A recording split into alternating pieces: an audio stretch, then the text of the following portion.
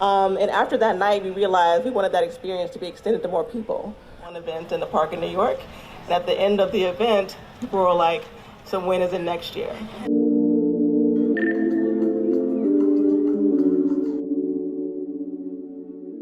There's tons of people who would come from Atlanta to New York, so we're glad that we're here for you now. They're doing the reverse. We do have an international location afoot.